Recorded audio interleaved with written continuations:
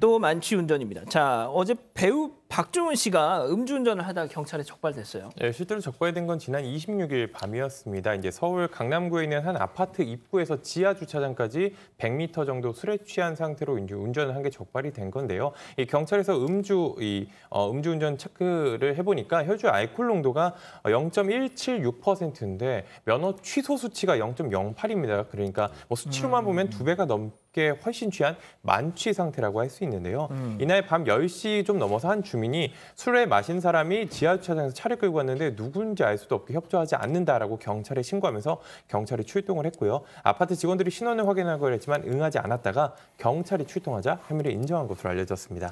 자, 그럼 경찰과 박중훈 씨 측 입장 나온 게 있습니까? 네, 그렇습니다. 경찰은 현재 혐의가 음주운전, 그러니까 아파트 입구, 지인의 아파트 입구에 도착한 다음에 지하 주차장까지 한 100m 정도 거리를 직접 운전한 혐의로 보고 있습니다. 여기에 대해서 박중훈 씨의 소속사가 입장을 밝혔는데요. 지인들과 술을 마시고 이제 저녁에 대리운전기사를 불러서 차량 2대에 나눠 타서 아파트로 이동했다고 합니다. 이때 아파트 입구에서 운전기사를 돌려보냈고 대리기사가 가자 직접 운전을 했다. 그리고 잠이 들었지만 경찰이 도착하자 실제로 조사에는 성실하게 임했다. 그리고 매우 깊이 반성을 하고 있고 앞으로 주의를 기울이겠다. 이렇게 좀 혐의에 대해서는 모두 인정하는 취지로 입장을 냈습니다.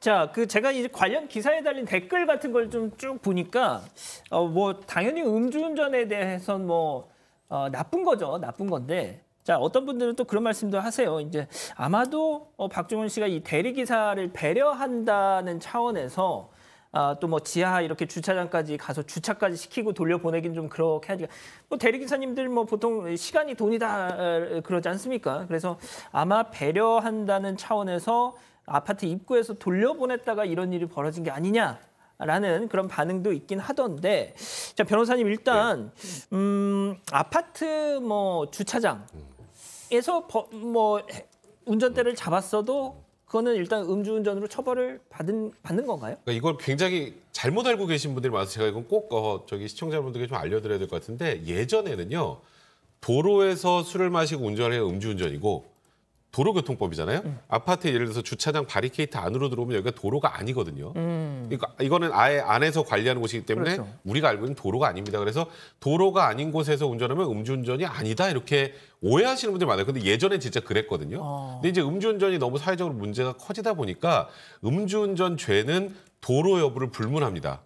그러니까 바리케이트 안으로 들어와서 운전을 해도 음주운전 죄가 되는 건 맞는데, 바리케이트 안으로 들어와서 운전한 경우 우리가 소위 말하는 면허 정지, 면허 취소라는 행정처분만 없는 거예요. 그러니까 아까 말씀하셨던 것처럼 대리기사분들을 뭐 배려한다는 차원에서 여기서부터는 제가 그냥 괜찮으니까 주차하겠습니다 해도 그 짧은 1, 2m를 가도 그건 음주운전 죄가 됩니다. 그러니까 이거는 배려의 문제가 아니고요. 그러네요. 이거는 명백하게 형사처벌이 될 수 있는 것이기 때문에 시청자 여러분들께서도 혹시 잘못 알고 계신 분들도 있으니까 꼭 알아두셔야 될 것 같습니다. 그렇군요.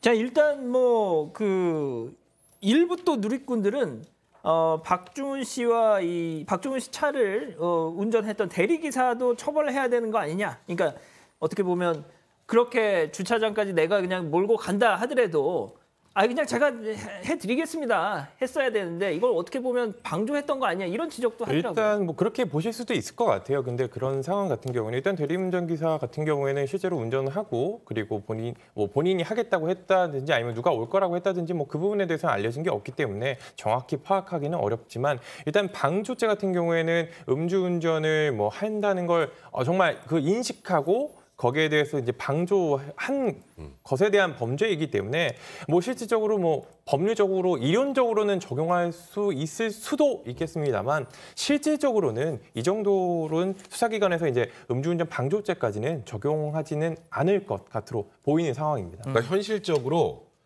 여기서부터는 당신이 하세요. 만약에 대리기사분이 그랬다. 네. 그러면 얘기가 좀 다르죠. 그런데 그러니까 술을 마시고 운전을 해서 아파트 주차장 입구까지 들어온 사람이 제가 여기서부터는 하면 되니까 그냥 가시면 됩니다라고 하면 그것까지 방조죄라고 하게 되면 그건 오히려 더 이제 어찌 보면 대리기사분들이 더 힘들게 하는 거죠. 말씀하셨던 것처럼 이론적으로 될 수는 있지만 현실적으로 그런 상황에서 방조죄로 입건하기 좀 어렵습니다. 자, 우리 동치성 님이 왜 저희 방송을 보시면서 음주운전을 옹호하냐 뭐 이렇게 말씀하시는데 저희 그런 적 없거든요. 예, 잠깐 잘못 보신 것 같습니다. 하면 안 됩니다, 음주운전. 예.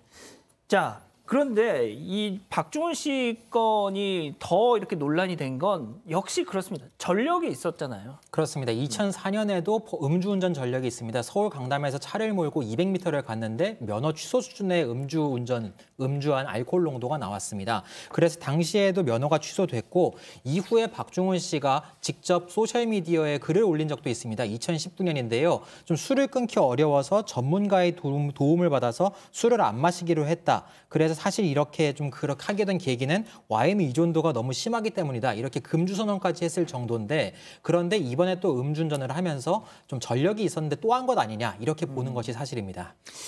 자, 일단 이 정도로 정리하겠습니다.